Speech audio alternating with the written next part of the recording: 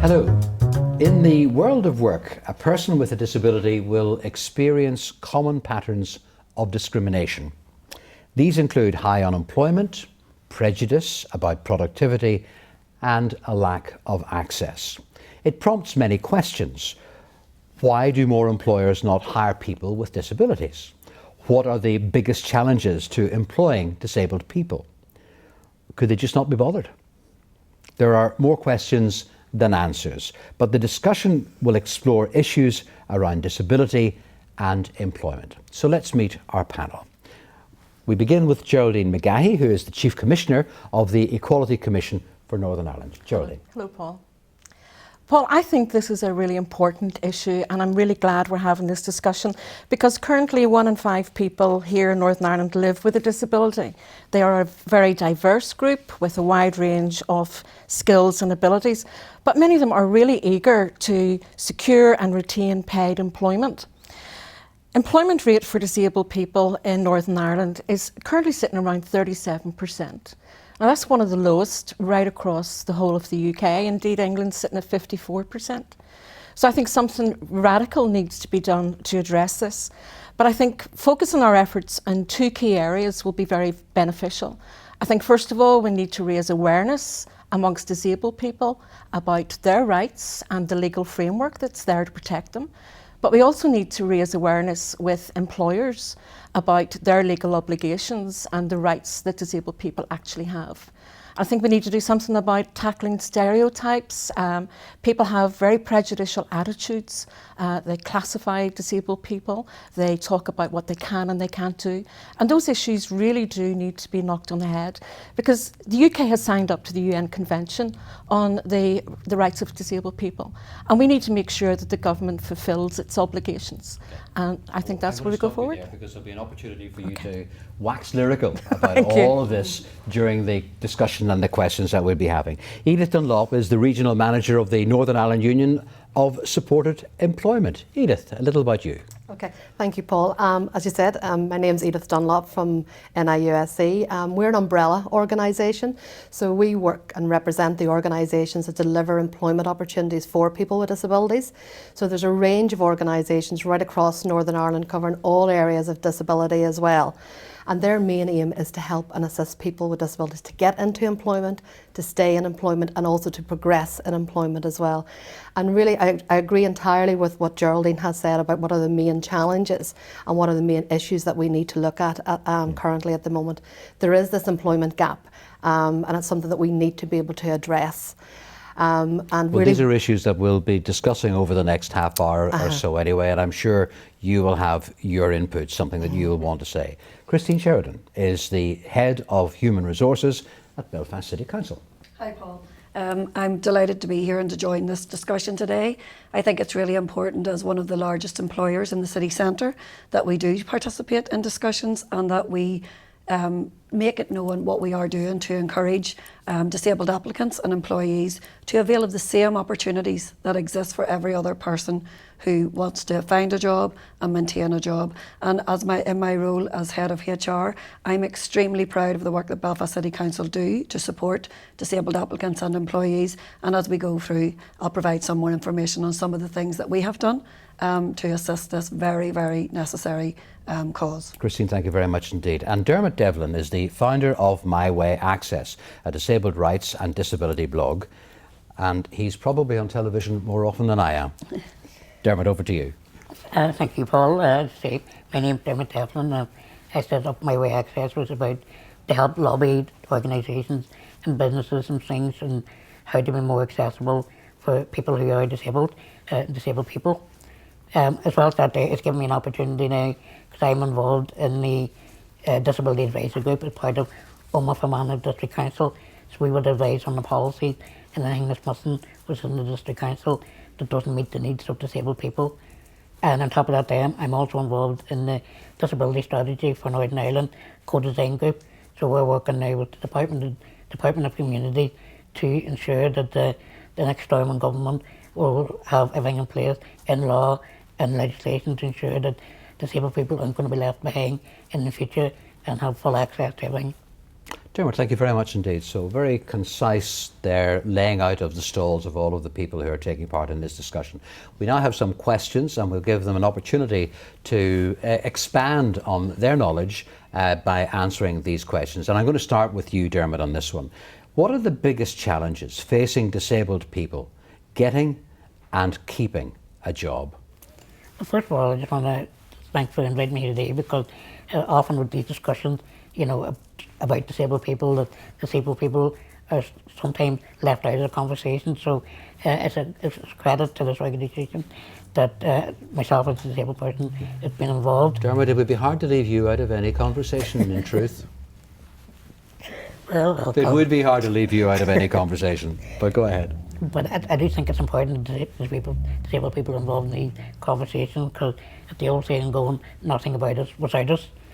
From my own experience, I've been a part-time employee now of Home Enterprise, you know, so I've been there for 19 years. Now, it took me almost 2 years to find that employment, because it was very hard, because especially 20 years ago, that organisations don't want to employ disabled people because they have a fear of maybe can they cope, what's the cost, you know, what adaptations need to be made. And sometimes. And did you have to find the job for yourself, or did you get any help? Well, I got support from the job centre through the programme that doesn't exist anymore called Work Track. So they were able to set me up with an interview with Home Enterprise. So I was able to get a 6-month contract from them. So I just didn't want to go through that process again. So I sort of used that opportunity to make myself sort of dependable. So they couldn't do without me. What was it like, the process of going through an interview, trying to get a job? Did you feel humiliated? Well, frankly, that was my first interview after 2 years, because I was always stopped at the application period, because disabled people, employers get scared of that. And that still happens today. You know, I'm aware of people that I've been chatting to, you know, across the country and across UK and even different places as well, who have experimented, but in the same CV, and when one they would say they're disabled, and the other one will say they're non-disabled, and they've never got the interview for being disabled, but they've always got it for being non-disabled. Okay. So that needs to be looked at. Edith, how comfortable or uncomfortable are you at hearing what Dermot was saying there? What Dermot's saying, I think, is happening. But it's You know, shocking. It is shocking, and it still is happening. And I would like to think we've moved on slightly as well, you know, from 19 years ago, you know, and there are a number of programmes now available to assist people with disabilities to get into employment. And there's a range of organisations as well, right across Northern Ireland, that are there to help and support people, working not only with the individual But themselves. do you have your work cut out for you whenever you're trying to get your message across to a potential employer? Yes, I think we do have difficulties with employers, and I think it is, as Dermot said, it's a little bit about a fear and a misunderstanding, or the assumptions that employers have, that if I take on somebody with a disability, will they be off sick? You know, will they, will my insurance go up? Will they be able to do the same job as everybody else? And there is no statistical information in relation, or research in relation to that actually says that a person with a disability. Don't jump too far ahead, because those are points that we will be raising in the conversation later on. But how can we help employers to encourage more disabled people to apply for jobs in that case, Christine? Well, there's a lot of things that organisations can do. We do know that there is a lot of barriers that disabled people will face. One of the things that Dermot has touched upon is that unconscious bias, where we think we know what a person with a disability can and can't do. And again, that is something that we need to do unconscious bias training to make sure. How do you break down that stereotype? Well, I mean, within my own organisation, we spend a lot of time providing information awareness sessions for managers, for staff. We do targeted training towards certain groups of staff. We also have a disability staff network, which has been in existence for several years now, and it's made up of disabled staff within our organisation, and we work with them to develop and agree action plans of how we can help overcome the barriers. How do you judge the success of that? Well, the success is quite hard to judge, and Geraldine, I'm sure, will back me up on this, because in our monitoring forms we have a question about whether somebody believes they have a disability or not. Now, that's a voluntary exercise where they can declare or disclose that they have a disability. Currently within Belfast City Council, 4.5% of our staff would declare and disclose that information, but I believe, and I'm sure Geraldine will agree, that that figure is probably higher. But again, it goes back to the fact that they feel if they disclose that there are barriers put in their way in terms of gaining promotion and in terms of maintaining their employment. So there's lots that we need to do to address that. And as I said, Geraldine, I'm sure will be chomping at the bit here, because if disabled people are applying for a job, at what stage should they disclose their disability? Well, the Disability Discrimination Act doesn't require them or put an obligation on a disabled person to actually declare their disability. That's up to them to do, but I think it's incumbent upon the employer to make sure that the person, a candidate, feels comfortable and safe in declaring it, that they are reassured that it's going to be treated confidentially and professionally, and it's for their own benefit. You know, an employer... But it's in an unreal situation as well, because it's a job interview. It's a job which interview, is not exactly what you would be doing every day of the week anyway. So that's an additional pressure, is it not? Absolutely it is. And you know, research has shown that at least 45% of employees do not feel comfortable declaring anything private about themselves, let alone the fact that they've got a disability. And so many disabilities are actually hidden. But the reason why an employer should be asking at the recruitment stage if someone has a disability should be solely about making sure that there is a level playing field for them in the interview process, that they can get there, that they can avail and have the equal opportunity of any other candidate. So that needs to be made clear in the recruitment process, and we do have advice officers here who can work with employers to reassure them about that, to give them advice. And if any person who has been through a recruitment process and feels that they've been disadvantaged, come and tell us. We're here to support you and give you advice and information, and if necessary... We don't always like complaining. No, we don't always like complaining, but people have to learn to stand up for their rights. People need to be aware of what they're entitled to, and they have an equal right to anyone else in any recruitment process, and that's what needs to be exerted. Christine, I'm going to come to you in this one, and this one is specifically to Belfast City Council in that case, okay? What support is available to disabled people and the employer, in other words, you yourselves, in getting a job and keeping that job? Well, we have quite a number of support mechanisms. Pre getting a job at Belfast City Council, we do a lot of outreach work. We would go out to, and we would work with our employability disability support organisations. We would provide mock interviews. We would go to careers fairs. We would provide shadow work placements. We take in... Does that mean coming into contact with people like Edith? It is, absolutely, working with Edith and other organisations. It means providing work placements. We provide about 30 work placements for disabled people per year. We hope to build on that as time goes on. We do the Job Shadow Initiative. We're very... is that we're very not labour proactive. intensive? Does that not cost you as an employer more money? Well, do you know, I think the benefits from it outweigh any of the costs. It's something that we do willingly, and we're really keen to do, because I think the more diverse an organisation, the better an organisation is. You get better mix of individuals, you get real strength from that, and actually in terms of making sure that we're doing the right thing, to have those different perspectives challenges everybody, and I think it is a very worthwhile thing, and we need diverse organisations. So I have no issue with spending the time and the effort in doing so. And okay. Is this music to your ears, Dermot? Definitely, it's a lot different. Is it your experience? In my experience in the past, it was a 6-month contract, but I was able to sort of prove my worth when I was there, so it was extended over the years, which I'm now there 19 years.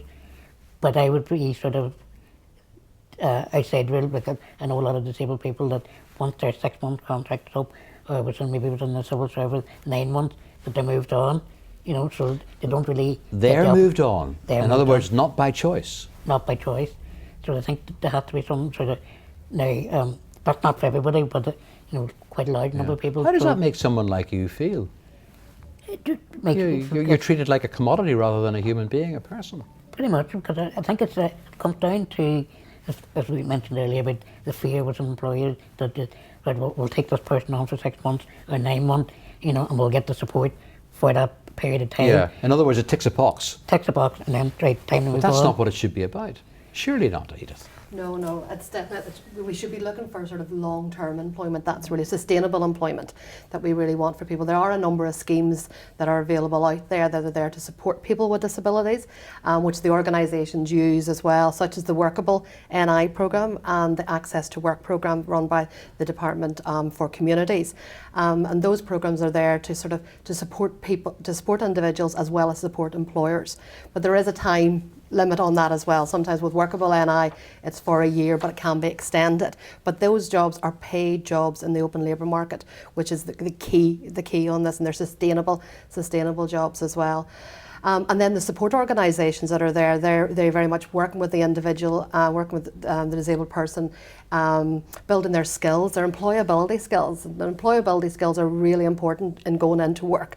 Sometimes we always very much focus on the qualifications and the skills, but really it's about how can somebody get on in the workplace as well. Well, let's go one step further now, because this was something that you talked about as well. Sometimes a person with a disability might have to take periods of sick leave. How do you manage that? Well, in relation to that, there once again, is their employer assuming that an individual, a person with a disability, will be off sick longer than other people. And that's wrong. That's negative. Yes, it shouldn't be. That's a negative assumption that our employers are making. So you have to look from an employer's perspective. You know, somebody can be off sick, a person without a disability, for many reasons as well. So it's really treating people equally. And really within, anybody's company's sick regulations or what they should be equally right across for everybody, including people with disabilities. But is that a concern of Belfast City Council, the fact that somebody might be off for a period? No, I think because Edith has mentioned that anybody can be off sick for any reason. Within Belfast City Council we have an attendance policy which has a number of support mechanisms in it when we're dealing with someone who's disabled, who is off on sick leave. We would engage with the support organisations to understand the very unique needs, sometimes with the individual concerned. We have an occupational health service, we have an employee counselling service, we extend trigger points, we apply discretion in terms of applying the attendance policy, and we have phased return to works, more flexible working, all of those initiatives which are there to keep the person in employment, because once you have somebody in employment and the value that you get from training them and they're productive in the organisation, it's important to keep that skill, and by making sure that the support mechanisms are applied, we can maintain, and we do maintain, that employment for that individual. Business has never been under as much pressure as it is now. It's sometimes convenient to say the bottom line, but what is the bottom line? It's not always about money, but certainly you need money to run a business. What do you say to a potential employer who is afraid that it's going to take more of their resources than they can afford to deal with employing somebody who is disabled? Well, what we would say is that by making reasonable adjustment at the outset to accommodate a person who has any form of a disability, will actually perhaps even negate the whole issue of sickness absence. Sickness absence can be avoided as a result of proper measures being implemented, whether it's flexible working, whether it's working in a particular setting, whatever is relevant to that particular person, because it's about keeping them in a job. And the benefits, as has already been said, far outweigh the costs that are involved in actually employing someone. But you always have to be taking the long view in that, do you not? And that's not always easily done. No, but if you understand the needs of your employees, if you have a full picture of the needs of every employee, you can manage your output, your work, your programs to accommodate that and make sure you get the best from your employees. And the truth has to be said, Paul, if an employer goes that extra bit to make a reasonable adjustment for an employee, that employee is likely to pay them back tenfold. They will go the extra mile for them. They will build up the reputation of that organisation. Word of mouth, what people see, actually pays dividends. And depending on what business you're in, you can tap into a very valuable, lucrative market. Disabled people contribute, 249 billion to the UK economy. Who wouldn't want to tap into that? But we have been living with COVID, and in these COVID times, there has been a problem, there has been an impact on anybody looking for a job. Can I ask you, Dermot, the effect that COVID has had on you and your ability to work? Well, I've been quite lucky in respect that I've been able to work remotely and from home through Zoom and Microsoft Teams. Now, but I'm sort of been furloughed at the same time because of the amount of work that's been available for me to do. But when the work is available, they can take me out for that day or for that week or whatever to do the work remotely from home. And I think this is a great opportunity for disabled people in the future that, you know, 'cause my big fear is, and many disabled people fear is, that once the pandemic has sort of gone away or come to a safe level, that these Zooms and stuff will be done away with, and that'll disabled employees will lose that opportunity to work. Now, I've been very lucky with Home Enterprise that in the past, as we spoke earlier about maybe taking prolonged sick leave, that I've been working remotely for maybe a week or two at a time over the last 19 years remotely, which was quite progressive for Home Enterprise at the time. So we've been doing that for 19 years before the rest of the world's caught up. And I would really love that all our employees across the country and across the UK and across Ireland and the world will take that as an example and use that as an opportunity. But it may not work for everybody. And is there not a danger of social isolation if you are working from home rather than going physically into an office?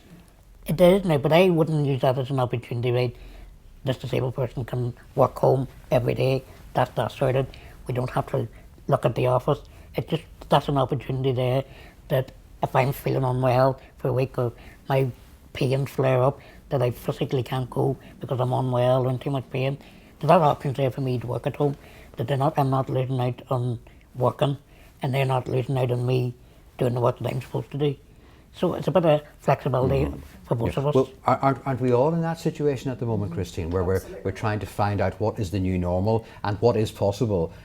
Can we work from home? Can we work from the office? Can we balance the two? Yes, that's the key question for all organisations. I mean, for Belfast City Council, we had to adapt really quickly on the 23rd of March. 2020, whenever everybody was sent home, it was like, right, everybody home except those very essential frontline services, and then we had to work through that.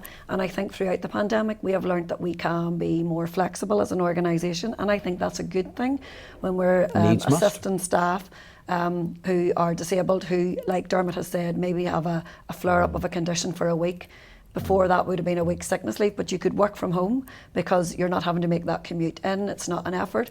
But I'm also a bit concerned about the lack of social interaction and the isolation from home working as well, because I know and I hear across the organisation that some people have found it very, very difficult. And so flexibility in terms of being back into the office, but also realising that if you have to work from home for a period of time, that it can be done. We don't live in a perfect world, Edith, and that being the case, even though your organisation is there to help, the reality is that on the ground there will be banter and there will be harassment. How do you cope with that? How do you handle that? How do you stop it from getting out of hand? Well, once again, it's obviously going through through HR as well to sort of raise those issues and making sure too, I think, as everybody says, that individuals are comfortable enough as well and feel secure enough in talking to their HR department or their line manager initially, and then going through to the HR and looking at the systems and process that they have in place.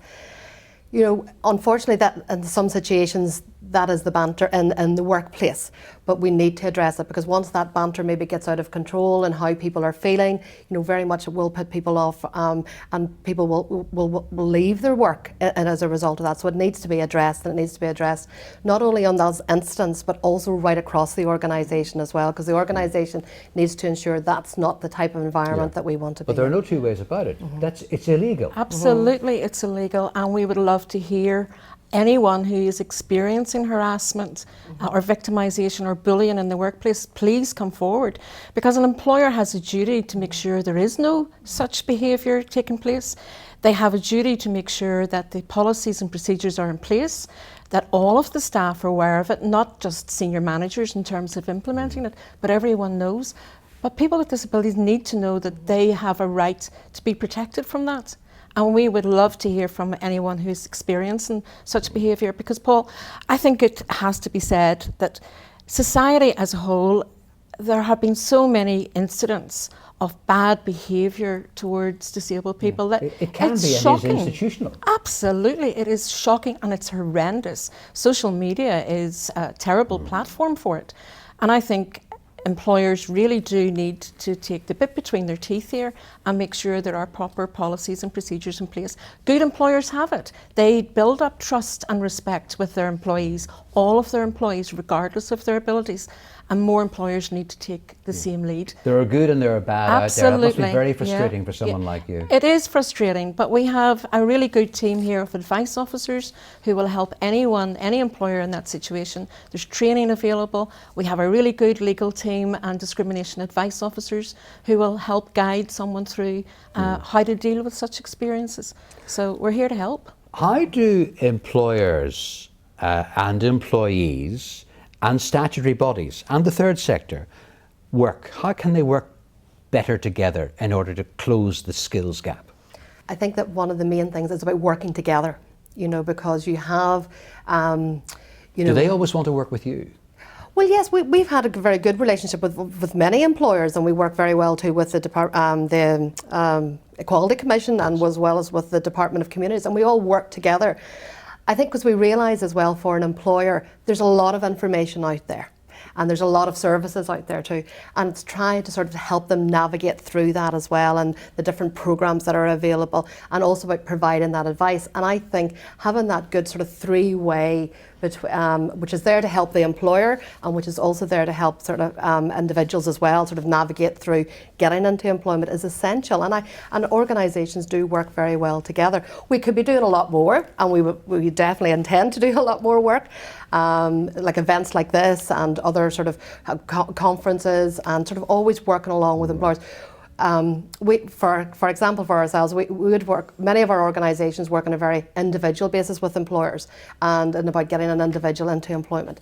And then we work sort of strategically too with sort of the larger employers to sort of look at sort of positive action measures that are there to help to get people into work.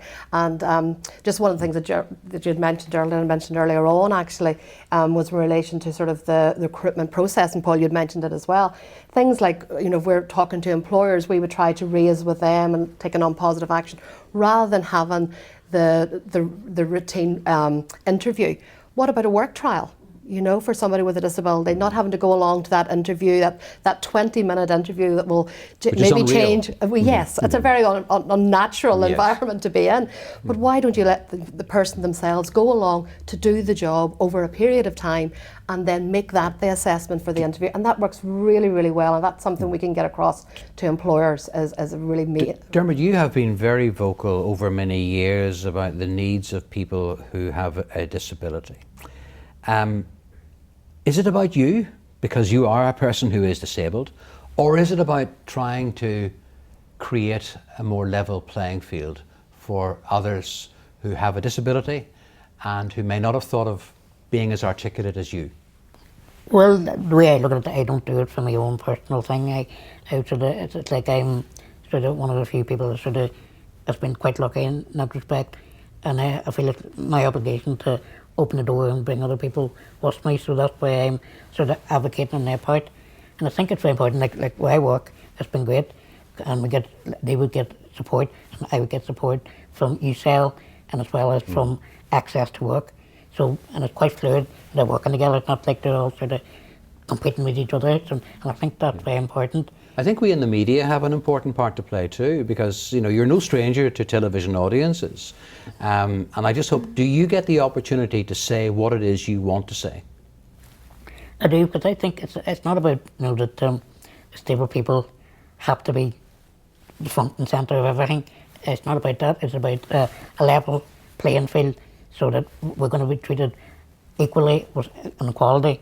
So it's not say, right, we're going to have this person who's disabled and before somebody who's non-disabled. You have to ensure that the needs are there for everybody.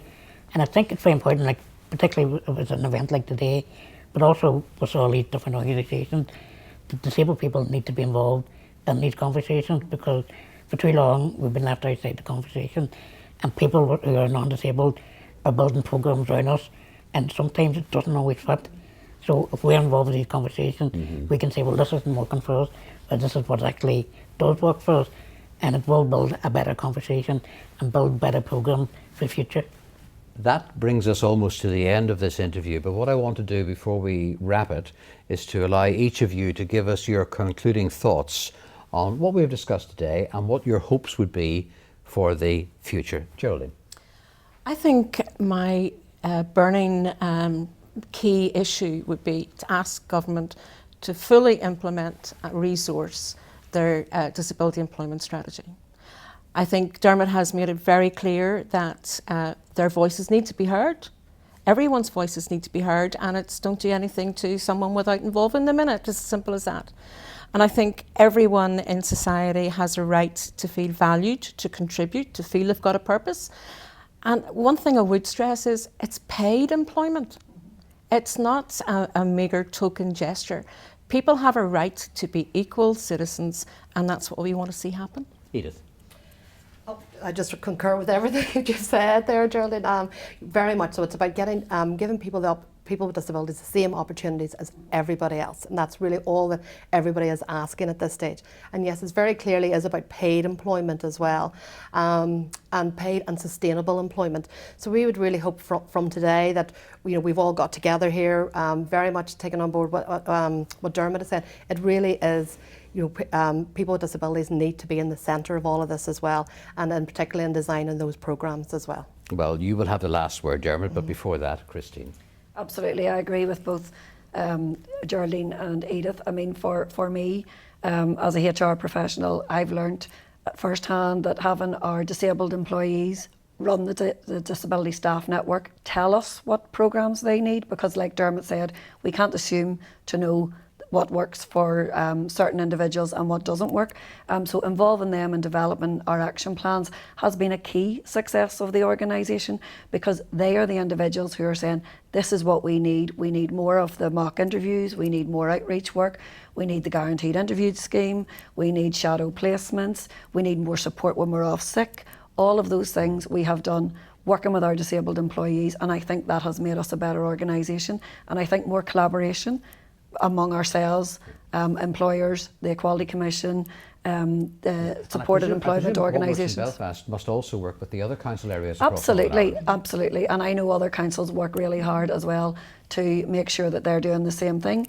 And I think it is just making sure that the key players, all those stakeholders who need to be involved, are involved in all the conversations. That includes politicians. It absolutely does. And I just have to ask you, Dermot, what do you think of our politicians whenever it comes to the championing rights that are important to you? I think, and I make it a bit controversial here. I don't mind that at all. I think you got to say it like it is, because you're the guy who's centre stage. Well, I think they're saying the right things in the media, and when they're on the TV, they'll say the right word, they'll say what they want to do in the media. Are they not delivering? But whenever it comes to practicalities, it can be quite frustrating. So what would you suggest? What would you be saying to the politicians? Well, I think, for example, the disability strategy that I'm involved in, so we're trying to build a new strategy so that the politicians do know what needs to be done. But a lot of people feel, not just within strategy, but in other aspects, that right, we've got disabled people on. Okay, we've ticked that box, but it's very important that the politicians and employees and organisations as well. Do they return your calls whenever you ring them?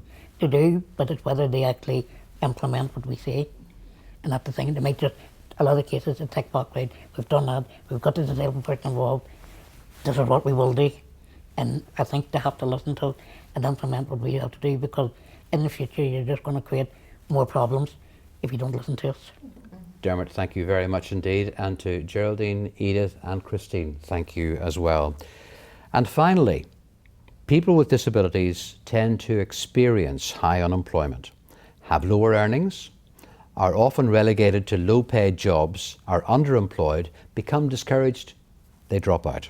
Yet, experience shows that when a person with a disability finds a job suited to his or her skills, that person can make a significant contribution to the workplace. All they want is the opportunity. Now, it's over to you. Thank you for watching. Thank you all very much indeed for your contributions today.